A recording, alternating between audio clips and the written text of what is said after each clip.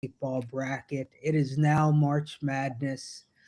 I know we're fired up on this show about the upcoming weekend and next few days. So we're going to jump right into the South. No, we're going to jump into the East region first. And I'm going to let our main man, Kevin, get us started here. All right, so in your East region, um, obviously that's where your number one seed is with Duke, and pretty strong region though. Maybe the toughest region in this group, if you just want my opinion, because you have Duke as a one seed, St. John's as a five, which honestly I think St. John's could have been a four, and they're as good as a lot of the fours. Michigan State, who's a three, that could have been a two in this. UCLA for a seven seed is a really strong seven seed. And UConn was a team that was viewed as a one seed a lot of the season, and they're the two seed in this region. So not only do you have Duke as the best team going into this tournament, you may have the best region right here um, in the East region. So um, I would say this out of my two teams that I like to advance to the final eight of this region, um, and then the one. So I give me Duke and Michigan State as your elite eight in this group. I really like Fears for Michigan State, and obviously Duke is so well rounded with the Boozer brothers and that whole team. I think Michigan State would beat UConn in this match when if they're getting that 2-3. And then the one team, if I was going to pick a team that could maybe make some noise in this region, give me the South Florida Bulls, led by Brian Hodges, former Alabama assistant under Nate Oates, plays the same type of offense, dribble drive offense, where you're either trying to get to the rim, shoot layups, or you're spreading the perimeter and kicking it back out to shoot threes. They're on an 11-game winning streak going into their conference tournament, which they ended up winning. And they're led by Wes Enos, um, who was the um, conference tournament MVP. Uh, so I like South Florida as my team. In fact, I think they will beat Louisville in that opening round. I would tell you right now that's a pick I'm going to make. So give me Duke over Michigan State to get to the Final Four, with South Florida making some noise. Sweets, what's your thoughts? I hate to say it, but I've got the same two teams as you do. I love Michigan State. I love Tom Izzo when he's got a stud for a point guard or a real leader. Fears reminds me of that kid. He reminds me of a Mateen Cleaves type of leader. He just when the game's on the line, you want the ball in his hands because you know he's going to make the right decision, whether it's a shot or kicking it out or whatever. He always makes the right decision, and that makes him and Michigan State, as good as anybody. And that's hard for me to bet against Danny Hurley, who's won a few titles recently, to get to that Elite Eight game. But I do like Michigan State there. As far as getting out of the bracket, out of the region goes, Duke's just the best team. They've got the most talent. They're playing the best ball. So three wrongs don't make a right there.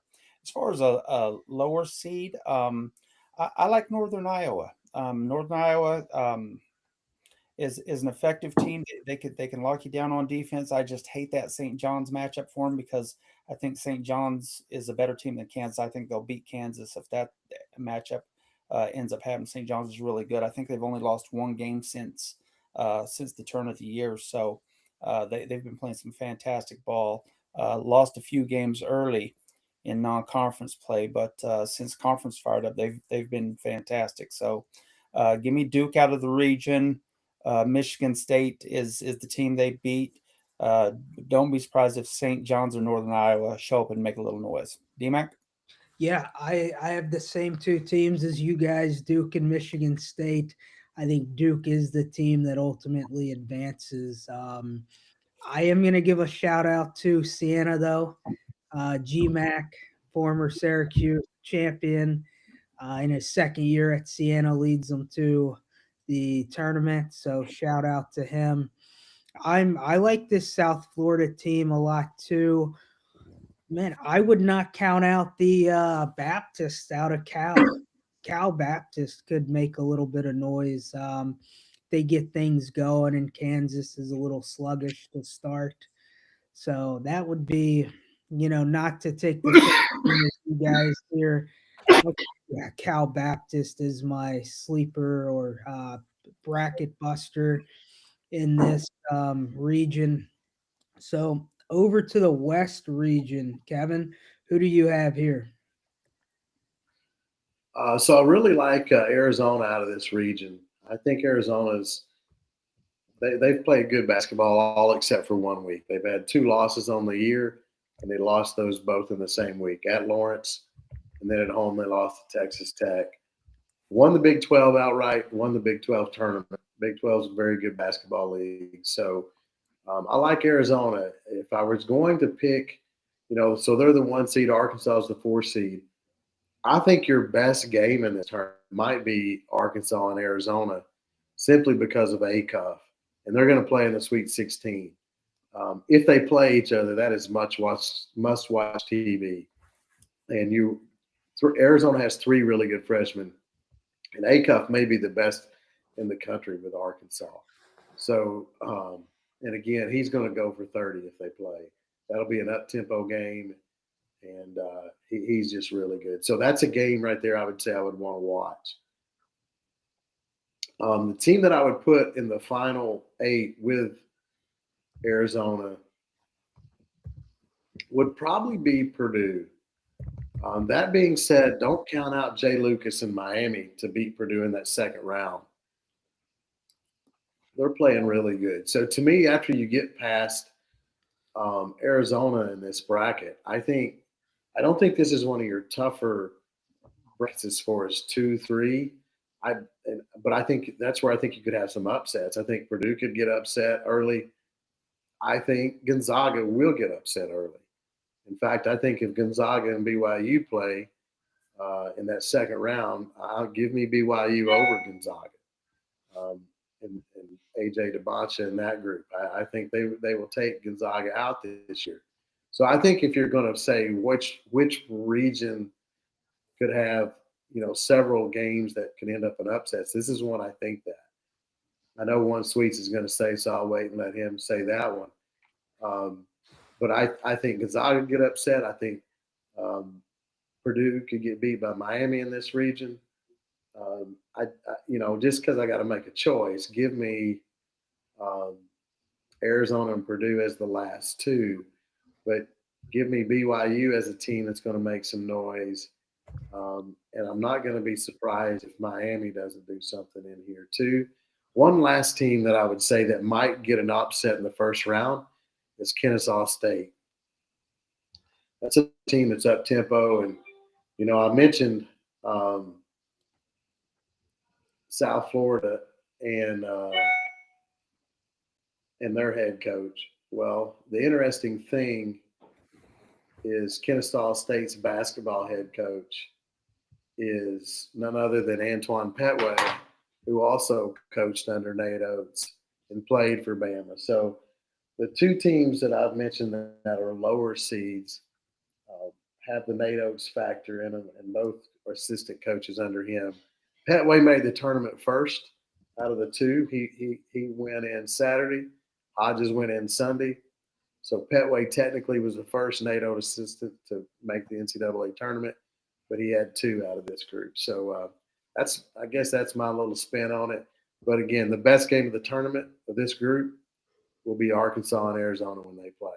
And don't count Arkansas out in that game. They have enough one-on-one skill with ACUF that they could beat Arizona in a very high-scoring game. Sweet, your thoughts? Yeah, I'm with you. Listen, Arizona, Arkansas, if that game does come to pass in the Sweet 16, will be a great game.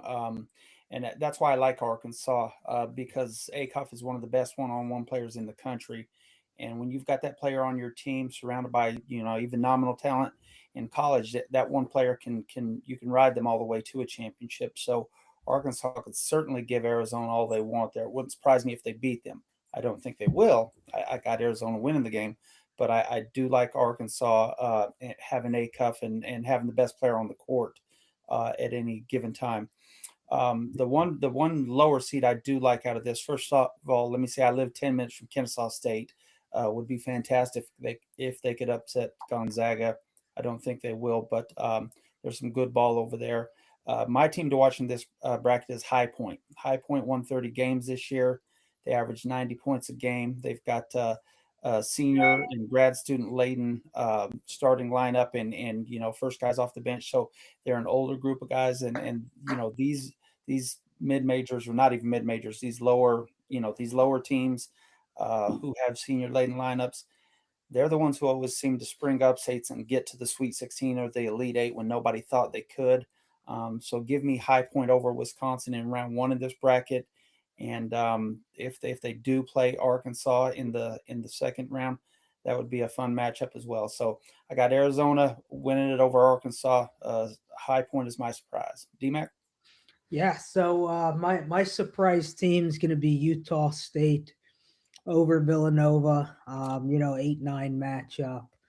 So Utah State. Well, I say that they're my upset pick. They're actually the favorite in this game over Villanova, but since they're a lower seed, I'm going to take them as my surprise team in this region. For the final two teams, though, I'm going a little opposite of you guys. Arkansas and Acuff are going to get the win in the Sweet 16, move on to the Elite Eight, and they're going to face the Miami Hurricanes. So I've got a 4-7 Elite Eight matchup in this region, and John Calipari and Acuff get it done and move on to the Final Four. One of the best coaches, Hall of Fame coach in Calipari, paired with a star like Acuff. It has the makings for something special for these guys this year. So those would be my team to win the West region. So we're gonna bounce over to the Midwest region now. Who do you like in this one, Kevin? All right. So, again, you've got a team, Michigan, that's been in the top four all year. And then you have Alabama, that's a good shooting team. You have Iowa State, who's one of the best defensive teams in the country, with the top three that make up this group.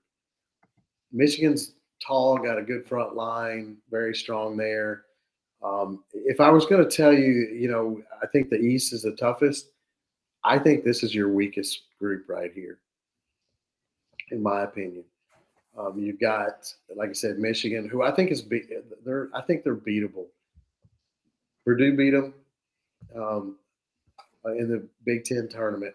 I tell you, a team that I like is Virginia. So if you're going to ask me what two teams do I like in this championship, I'm going to tell you, give me Michigan and Virginia in the finals.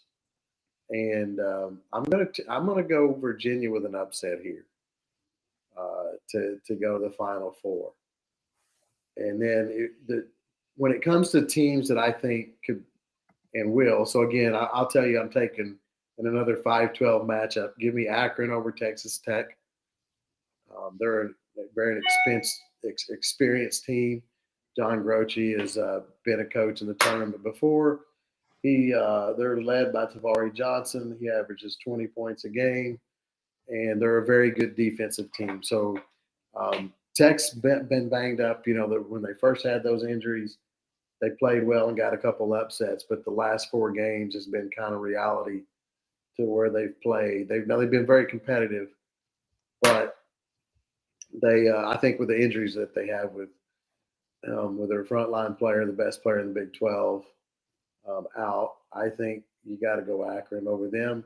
And then another game that I think that could be an upset, depending on if Aiden Holloway plays for Alabama, I think Hofstra could also upset Alabama. Don't say they will.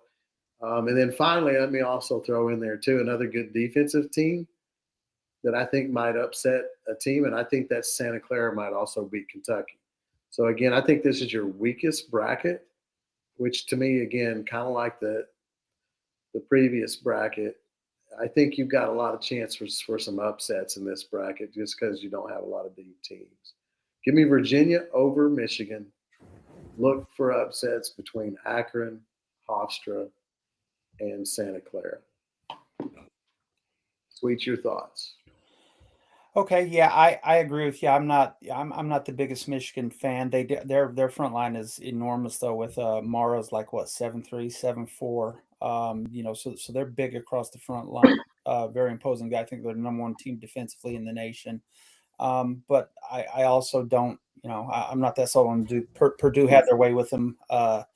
Yesterday was a good game to watch. That little point guard for Purdue, boy, he handled them the whole game.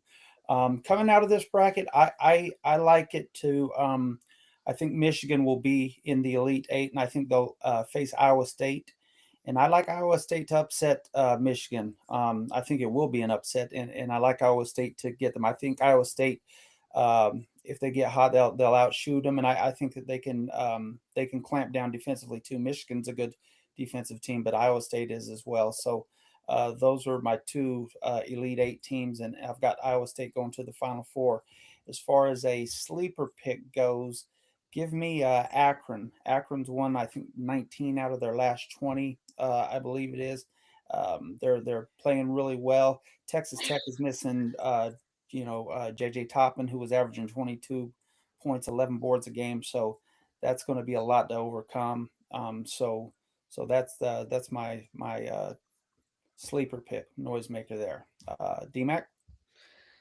Yeah, my noisemaker team is going to be Hofstra. I think it's time that the Crimson Tide get off the high tide there.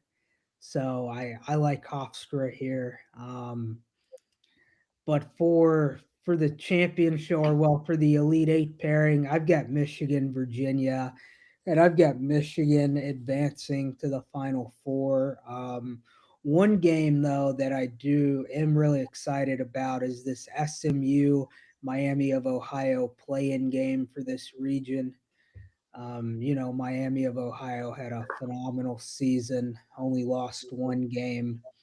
Um, Fortunately, they're probably going to lose one more here pretty soon. But great season to those guys. But I've got Virginia, Michigan, with Michigan moving on. So that's going to bring us over to the South region. Kevin, who do you like here? So in the South region here, let me get it pulled back up here. So this is Florida and Houston, and it is Florida and Houston all day long as far as the final two. If those two teams are not your Elite Eight matchup, I will be totally shocked. Just they're both really good teams, and if there was going to be a team that would have cracked the top four seeds outside of who ended up being the top four, I think if Houston might have beaten Arizona, I think they might have could have got in there as a top seed. So I think that's the footprint of this bracket is just the two best teams in the bracket are Florida and Houston. It's technically a rematch of last year's championship game in essence, right? And does Florida hang on and win again this year, or does Houston get the upset? So I'll get to that in a minute. But if I'm going to take any team out of this bracket to get an upset, I'm going to go Virginia Commonwealth over Carolina because Carolina has some injuries. And Virginia Commonwealth won their conference tournament. Good team. So I'm going to go VCU as my upset team. Now back to Florida and Houston. And this is probably going to change every day of the week for me, to be honest with you, because I just think these two teams are that close. Going into the conference tournament season, I really like Florida, maybe even to win it all. And I still like Florida a lot. But I will say that Vandy game showed that they have some – if you play a team with a really good perimeter play that's physical, and that's what Vandy did to them, and that's exactly who Houston is. They're very strong on the perimeter. They're very physical. So I'm gonna call Florida to win the game. Changed my mind already. I was gonna say Houston, but this is gonna be again. This may be the best game of the tournament. I said Arkansas will be a must-watch TV. When you play when Florida and Houston play in this Elite Eight game, that may be the best game in this tournament to watch this year with Kelvin Sampson and Todd Golden and those teams. So give me VCU as a potential upset. Give me Florida over Houston in a game that, if you ask me Thursday, I'll pick Houston. Sweet, your thoughts? Go to DMAC. Go ahead and give your thoughts, DMAC. I'm pulling that up. Yeah, I'll go South region here. The play-in game is not very good. Lehigh, Prairie View. I'm with you. I like VCU as a potential upset with the 6-11. And part of me wants to take McNeese State again this year. Yeah, they were one of my first round picks last year. I do like Texas A&M though at the 10 seed with St. Mary's. You know, Bucky McMillan's done a great job with this Aggie team this year.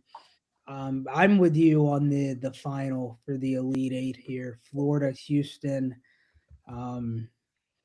You know, part of me wants to take Houston because of how highly I think of Kelvin Sampson.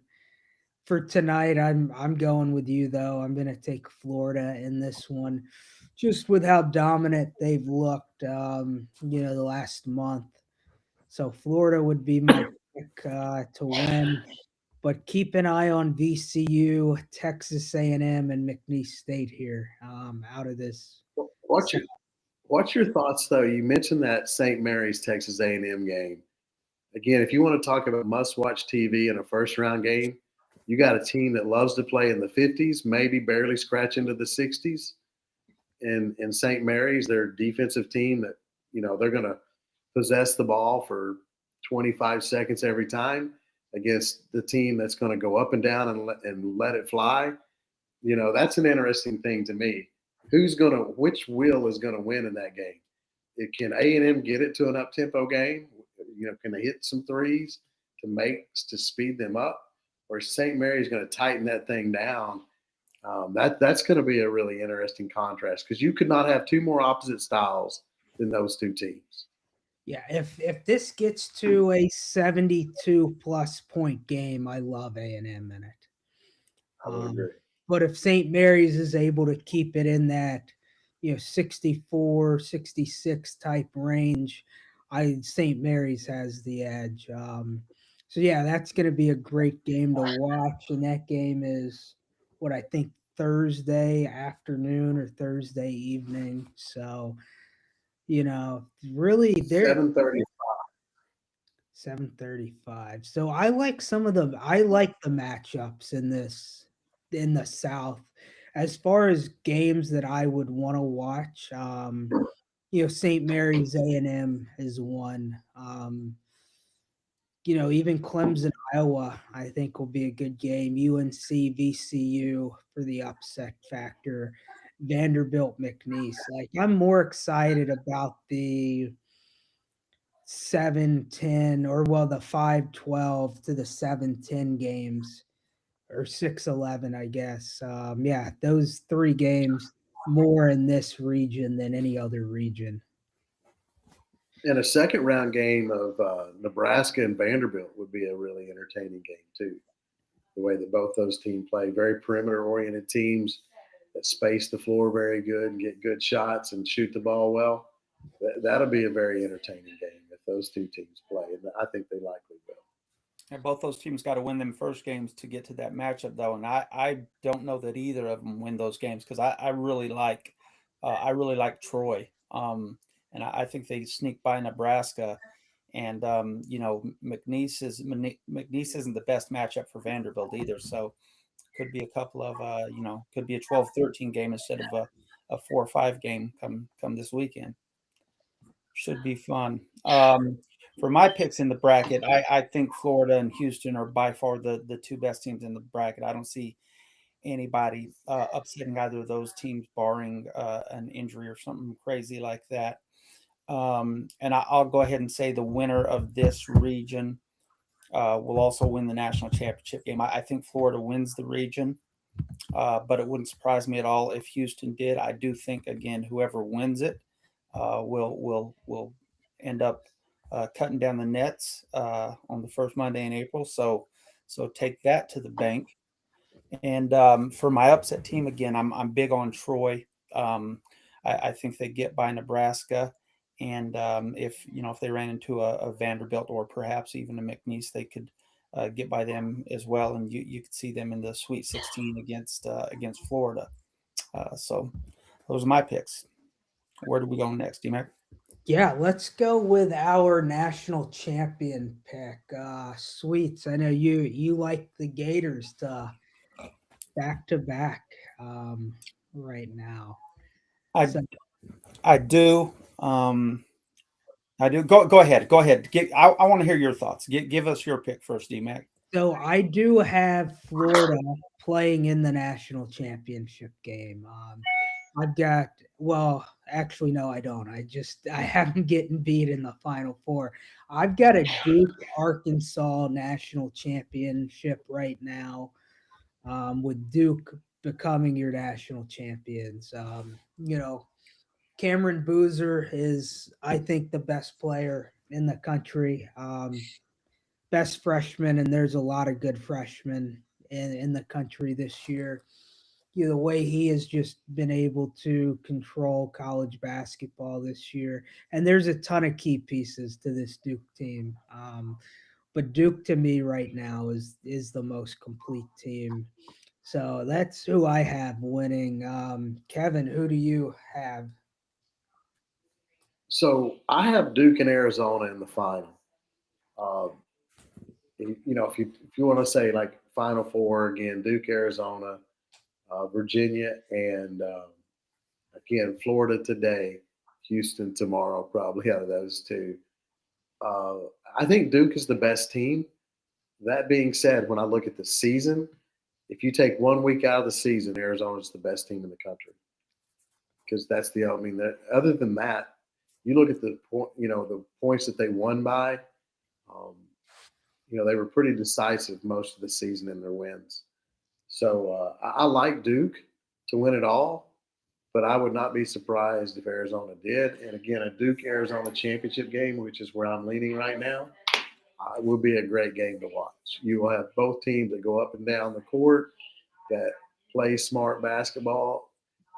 Arizona's got 3 freshmen that are outstanding. Duke has a couple freshmen that are outstanding, and obviously Boozer may be the best freshman in the country. Maybe not the best NBA player out of this group, but best college freshman.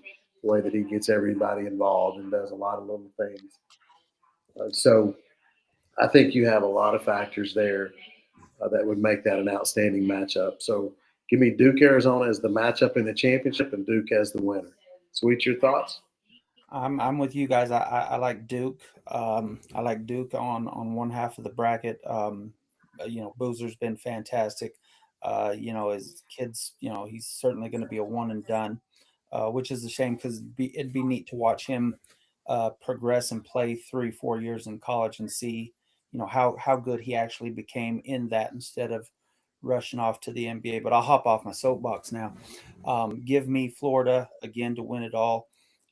Florida, until this weekend when they lost, I thought they were playing the best ball of anybody in the country. And sometimes these losses in the tournament falls for teams, and I think that'll be the case here. Golden's 1-1. He knows what to do. He knows what buttons to push with these kids. Very in tune with them, and I like Florida to repeat. I think that they're that's it. I think they're just the best team in the country right now. Man, so we're kind of in agreement on the south and east side of the bracket. We both have Duke, Florida. Um, so let me see here. So who is? I know we've talked bracket busters already. Who, as one of these bracket busters, who do you see making the deepest run? Kevin, we'll start with you here. I know we've talked about quite a few of them, but who do you think has the best realistic chance of getting to the Sweet 16? So the Sweet 16, I'm going to go South Florida, and I'm glad you referenced it to the Sweet 16 because I'm going to also say this. I don't think unless you want to talk like a 7 seed. I like your Miami pick to potentially be in the Elite Eight in that bracket. I think that's the best. If you go anybody out of the top 5 seeds, I think that's the best team that has a chance to get to the Elite Eight. If I'm talking like upset, non-power 4 teams, I don't think any of them get past the Sweet 16. I don't think you're going to have a 9 seed or lower get into the Sweet 16 this year. I think this tournament this year is going to be much like last year. I think you're going to see some upsets. I think you're going to see some upsets in the early rounds, like some of the games we talked about. But I think as this tournament settles into the Sweet 16 and the Elite Eight and the Final Four, I think it's going to be much like last year. I think it's going to go a lot of chalk. I think your best teams are just that much better than the other teams. I think to me, your Final Four is between 6 teams, unless you get some crazy upset. Like, Arkansas could upset Arizona. Miami could get an upset. Virginia could get an upset. Those teams I think could get an upset and get into the Final Four. But I think really, legitimately, your 6 teams to get to that Final Four are going to be the number 1 seeds that are out there. And then, I think, Houston has a good shot, and that would be a 5th team. And then after that, again, maybe Virginia. I just don't think there's a lot of these teams. Michigan State's another team that I guess that could get in there. I just don't think when you get down to that Elite Eight, that Final Four, that you're going to get a lot of teams that are not your 1 seeds. I think your 1 seeds are going to be dominant again this year. Not always true, but I think that's the case. But Sweet 16, South Florida, Final Four, maybe in Miami and Jay Lucas. Sweet, your thoughts? Give me Akron. They're a 10 seed. They open with Texas Tech, who's missing JJ Toppin. So that's really going to hurt them. If they do get through that game, the next matchup would possibly be against Alabama, who lost Smokey they probably lost Smokey for the first game of the tournament. There hasn't been anything definitive come out of Tuscaloosa yet. I thought I read something where he was off campus, but I've not. What does that mean?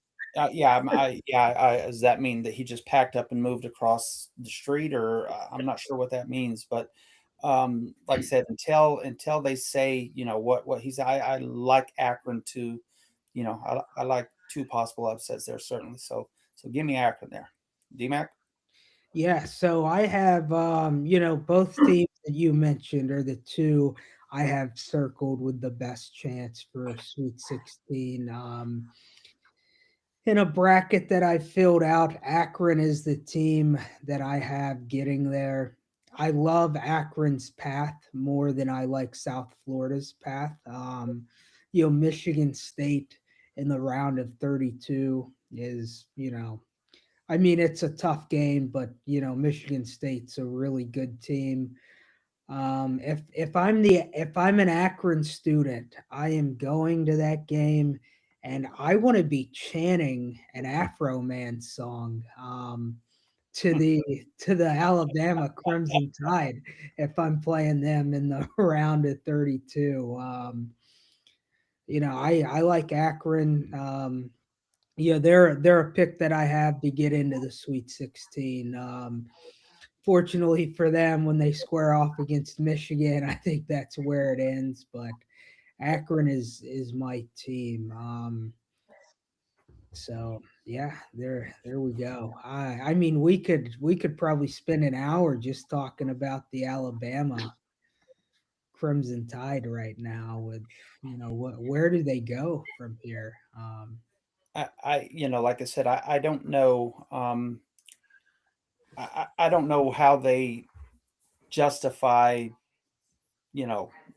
unless somebody definitively came out. And this isn't totally off the table here unless somebody just mysteriously came out of the blue and said, "Hey, wait a sec, that was my stuff. I hid it at my boy's house and he didn't know, so arrest me because I'm the bad guy." Short of something like that happening, I just don't see how he can play this week. And we spoke about it offline, but and if anybody who's watching or listening knows, love for you to chime in. But I think that having over a pound makes it so it can't be for personal consumption. Um, I don't smoke weed personally, don't have a problem with people who do, but I know that a pound is a lot. So um, I don't know how that's going to work out for him. What are your thoughts, Kev? Yeah, I think if you got a pound, you're probably doing some distribution. He's probably using it too on his own, but like you call him Smokey, that's pretty good at Cheech and Chong, whichever one he was. Um, but to your point, DMAC, your original question, if you're Alabama, what do you do? I don't think anybody in Alabama thinks that this team is going to this Final Four this year. I think most would even think that to get past the Sweet 16 would be a heck of an accomplishment for this team. They're a good team. They're not a threat to win it. So, if you're the coach, I don't know. To me, are you going to set your footprint and your stamp on the team and say there are certain things, there's certain behavior we're not going to accept? There's been other behavior incidents with Bama and Oates, and I think that's my question on this. Is he going to set a standard for behavior, or is he going to play, look, I'm in the NCAA tournament. I'm going to take a shot with my guys. They tried to get Bediako eligible this year. So I certainly don't see Oates not playing. I will just say that out front. I think Oates will play if the university allows the player to play. Oates is going to play him, in my opinion. And I think if he does that, he's missing a tremendous opportunity to set a standard for behavior on his team for years to come. And I think it will cost them down the road if they don't do the right thing here. Not right thing for society. As a coach, he needs to do the right thing for his team and his guys that play hard and commit to the team versus somebody that's out doing something like that that's a selfish one-off. Anybody else got any thoughts on it? Yeah, I mean, what was it? Just shy, or I guess right at 3 years ago, the murder incident with Alabama basketball. So, I'm eager to see what comes out winter slash spring of 2029 with this Alabama basketball team. Um, yeah, I mean, it's a bad look. Who, I mean, I don't want to, I don't want to, hit on the kid too hard, but do you really have to have that much in your But apartment? Like, a pound seems like a large amount. it's over. DMAC, you have screw that. You have every right to shit on that kid because he's a fucking idiot. I mean, anybody who has a pound of weed in their house, and this kid, it's not like he's in a house out in the suburbs where he can go out on his back deck and smoke a jank and he's okay. Nobody knows. I thought they said they got it in his dorm. I thought I read that, and if I'm wrong, I apologize. But I'm sure that he's living in a situation where there are a lot of people in close proximity to him. It's just ridiculously stupid, and he deserves all the hell he catches because he's stupid. And listen, it's not like he needs the money. It's not like who was it? Bam Morris. Remember when Bam Morris? DMAC, you probably don't, but Kev, you're old enough to remember Bam Morris. Bam Morris was a football player who was a running back for the Pittsburgh Steelers, who said, "You know what? I love playing in the NFL and I make good money, but it's just not enough. So I need to go sell a little weed on the side to, help make ends meet." So I want to say it might have been over 200 pounds that he got popped with, but You got You know, follow the law. yeah, there's, so there's a precedent's been set for ignorance, but yeah, you just can't, when you play stupid games, you win stupid prizes. So whatever happens to the kid, if he gets suspended, kicked off the team, whatever, brought it on himself. And you referenced it. They did. It was at where he was living. I don't think he's living in a dorm though. Like most of these players, they get their NIL money. They actually live in a nice place. So I think that's what it was. But to what we're talking about here, and again, behavior.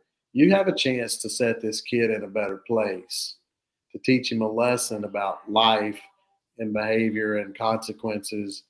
And again, like you said, you do stupid games, you get the results. Um, I think this is a tremendous opportunity. If they don't do something, they're not doing right by the player too, and that's just my opinion. And look, I don't think the kid needs to go to jail or anything. I'm not saying that. He's going to plead this out and pay a fine and go on, and that's fine. But I think you're missing a tremendous opportunity to teach him about a lesson about life if you let him play in this game. And I don't think it's right for the teammates that come to work every day and make the sacrifices and commit. And I don't think it's right for the player, the individual, to just say, "Hey, it's more important to we're going to go play this game to win." Again, no, maybe they do suspending. I just think if they don't, you're just on both sides of the wrong. I just brought something up. It said that he was arrested Monday at a residence in the 400 block of 30th Avenue East in Tuscaloosa. It just said near the Alabama campus. So maybe he wasn't on campus per se, but in any case, it's no excuse. Yeah, you see, let me pull up the University of Alabama athletics statement. The university is aware of the allegations and is working to gather more information.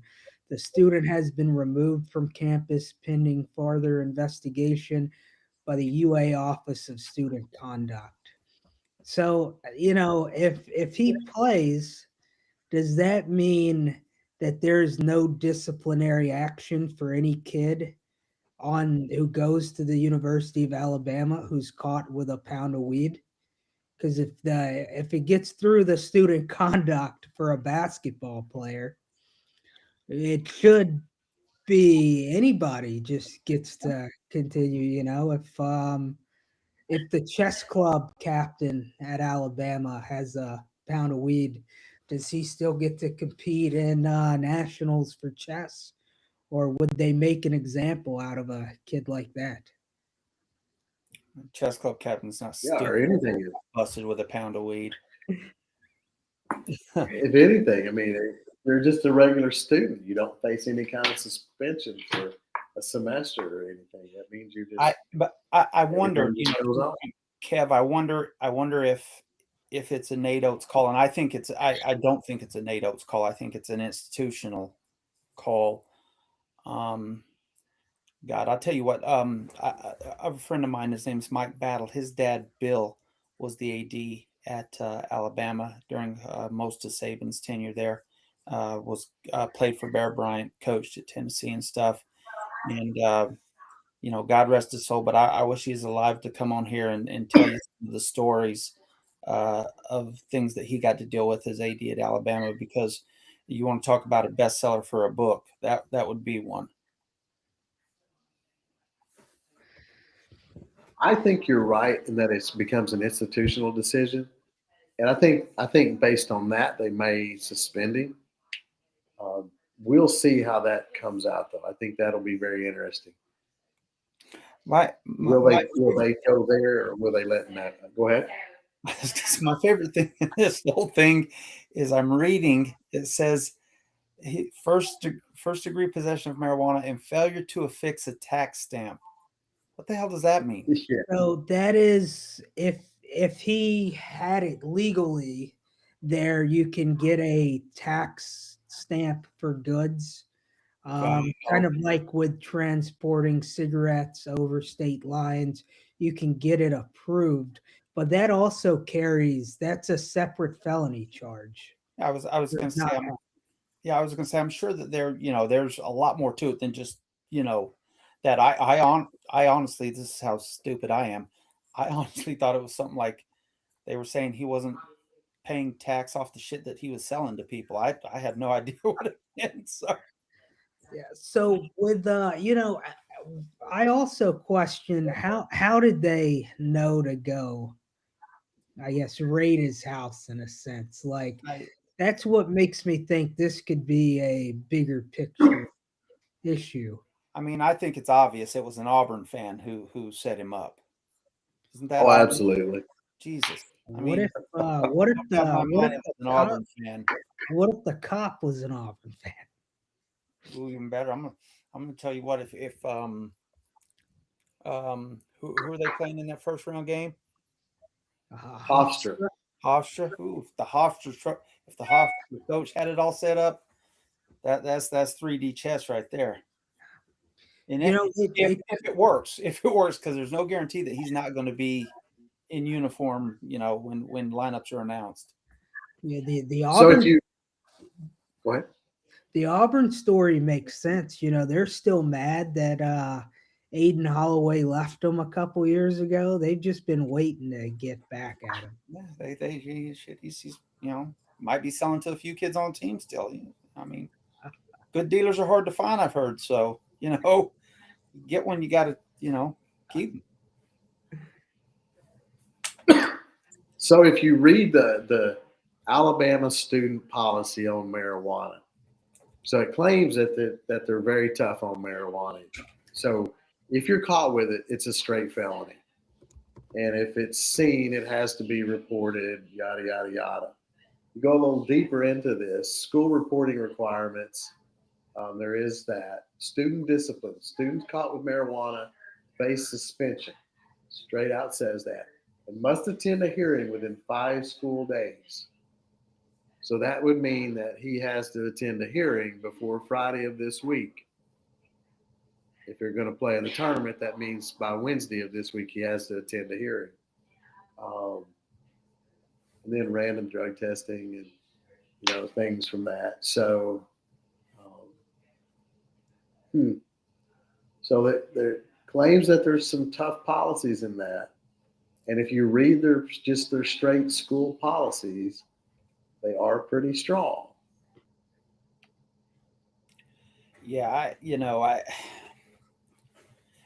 this will be like I say with the NCAA and their rules. The rules are there to deal with it. Just enforce the rules, and it'll be okay. I think the question won't be, is there a rule to combat it? It's will the rules be enforced to combat it? Yeah. So if you go strictly by what their student policy is, that would claim that it's very strong. No, I'm going to make the prediction that he plays this week. I think your odds would be that. I'm going to say he doesn't. I don't know why I feel like Alabama's going to do the right thing here, because the history says that there's no way in hell they will. But I have a feeling he doesn't play this weekend. Now, if they make it to next weekend, maybe they find some, like I said, maybe that friend comes out of hiding and says, hey, I did my buddy wrong. I stuffed it under his bed. That was on me. Arrest me. I'm the bad guy. And, be a hell of a friend. Yeah, I mean, I'm sure one can be bought in the good town of Tuscaloosa too. Yeah, shit. Buy me. Price is right. Hell, I'll go take I'll take the hit for him. It's got to be a lot, though. Got to be a lot. So Sweets will not be on the podcast next week. He'll be serving some time in Tuscaloosa City Jail. Maybe not. We'll see. I hear that you can. Use iPads in jail now, though. So maybe I can smuggle one in. And, we can do some behind the scenes reporting, and I'll bet you I could get some good, program information from inside the Tuscaloosa County Jail. That would be a good place to get some, get the goods on some Alabama athletes. Yeah, you might be next to a few of their former players. I'm with you on this one, Sweets. I think he does face a pretty strong suspension in this deal. Yeah, I mean, Well, I think he'll have to miss the first game. yeah. What year is he? Junior. Yeah, He may be a senior this year. He's at least a junior. yeah. That's yeah. I was saying he's his career is probably over. Then and I don't know. So he played his first year at Auburn. He was a And the freshman. last two, He's a junior. Yeah.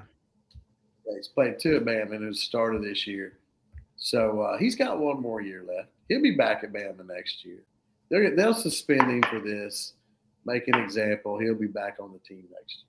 I mean, what are his NBA prospects?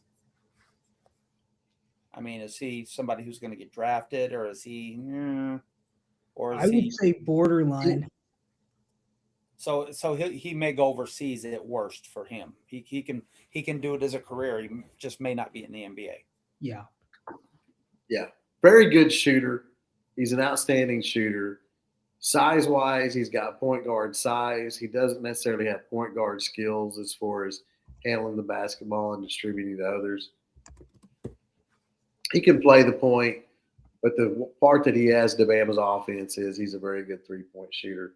So once the dribble drive starts going, the ball movement starts, he's a threat on the perimeter to knock down a three. Yeah, I mean, he's averaging 17 a game this year for Bama. So yeah, he's one of their better players. Yeah. Great free throw shooter. End of the game, he's the guy you want in his hands to go to the line. So I think he's close to 90% from the free throw line. So Bama missing him is going to be almost as bad as Tech missing Toppin.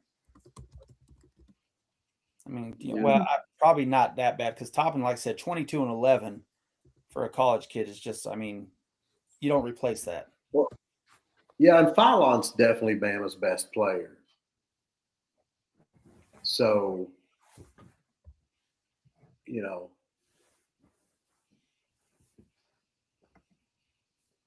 but he would be a loss. I think if they play Hofstra without him, Hofstra has a good backcourt. So it's a game that they could potentially lose without him. This is going to make our brackets a lot more fun. So if you're out there listening, watching, whatever, we have a bracket challenge with us and some friends and, some friends of friends and stuff. It's on ESPN. Southern Sports Gumbo is the name of the bracket. It's open to the public. If you want to join, hop in, let us know. And we're donating 20 apples a piece to be a part of it. If you would like to win a bushel of apples at the end of said tournament and you win, you can, depending on how many apples are collected, we will have some to distribute to the winner. So, hopefully they'll be married and their wife will make them a bunch of apple pies, or maybe my wife will win and I'll make her a bunch of apple pies. Who knows? So before we give some final thoughts, I want to give a congratulations shout out to a Division III basketball player, Luke Inslee from Nazareth University. Led all of college basketball regardless of level with a 5.09 to 1 assist to turnover ratio this year. So shout out to Luke. Awesome kid. Had a really good season with the assisted turnovers again this year. But it's going to be my little shout out for college basketball for this season. And so any final thoughts before we wrap up? I'm excited for tomorrow night's games and Wednesdays. There should be some good ones. My favorite weekend of the year for sports. SEC baseball, Friday, Saturday, Sunday. The tournament, from tomorrow night through Sunday.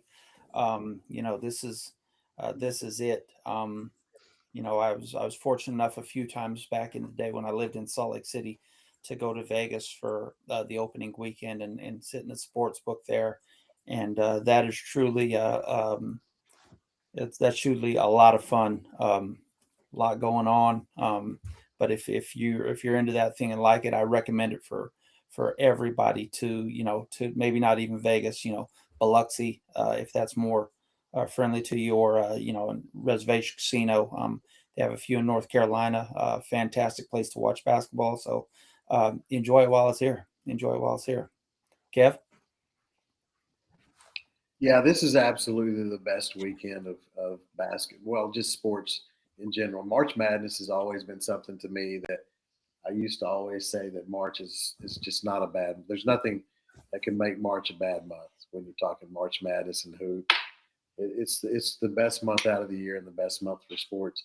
And this is the best weekend strictly because you have games from noon to midnight, and you have a plethora of games from noon to midnight. So as we get into next weekend, you'll have one game, but this weekend you have multiple games that you can watch at multiple times. So it's a fun, exciting deal. It's a great weekend, and like you mentioned too, you have SEC baseball, but this is it, basketball, and this is, we're going to have some upsets. There will be a team that we think is going to do well in this tournament get beat this weekend in either the first or second round. So it's going to make it a lot of fun. So everybody, if I don't do this, but if you were going to miss a day of work and play hooky, this is the weekend to do it. Thursday or Friday, this is the weekend to do such a thing if you're wanting to do that. So won't be me, but if you choose to do that, this is the weekend to do it. Maybe D-Mac. He can be the young one that takes those risks. I have worked from home for probably the last 3 or 4 years on the opening 2 days of March Madness. Won't be able to do it this week. I have a feeling at least one of our friends in the group text is going to do it. It would not surprise me if there's 5 or 6 of those guys who do it. I think you could bet on Colin, Max, and Oko, all three. Yeah. We do have some degenerates in our group, present company not excluded. But yeah, I mean, listen, if you can, why not? Yeah. Yeah, well, phenomenal week upcoming for college basketball. We will be live tomorrow night diving into SEC baseball. So, a bunch of good games, football, baseball, whichever you choose this weekend.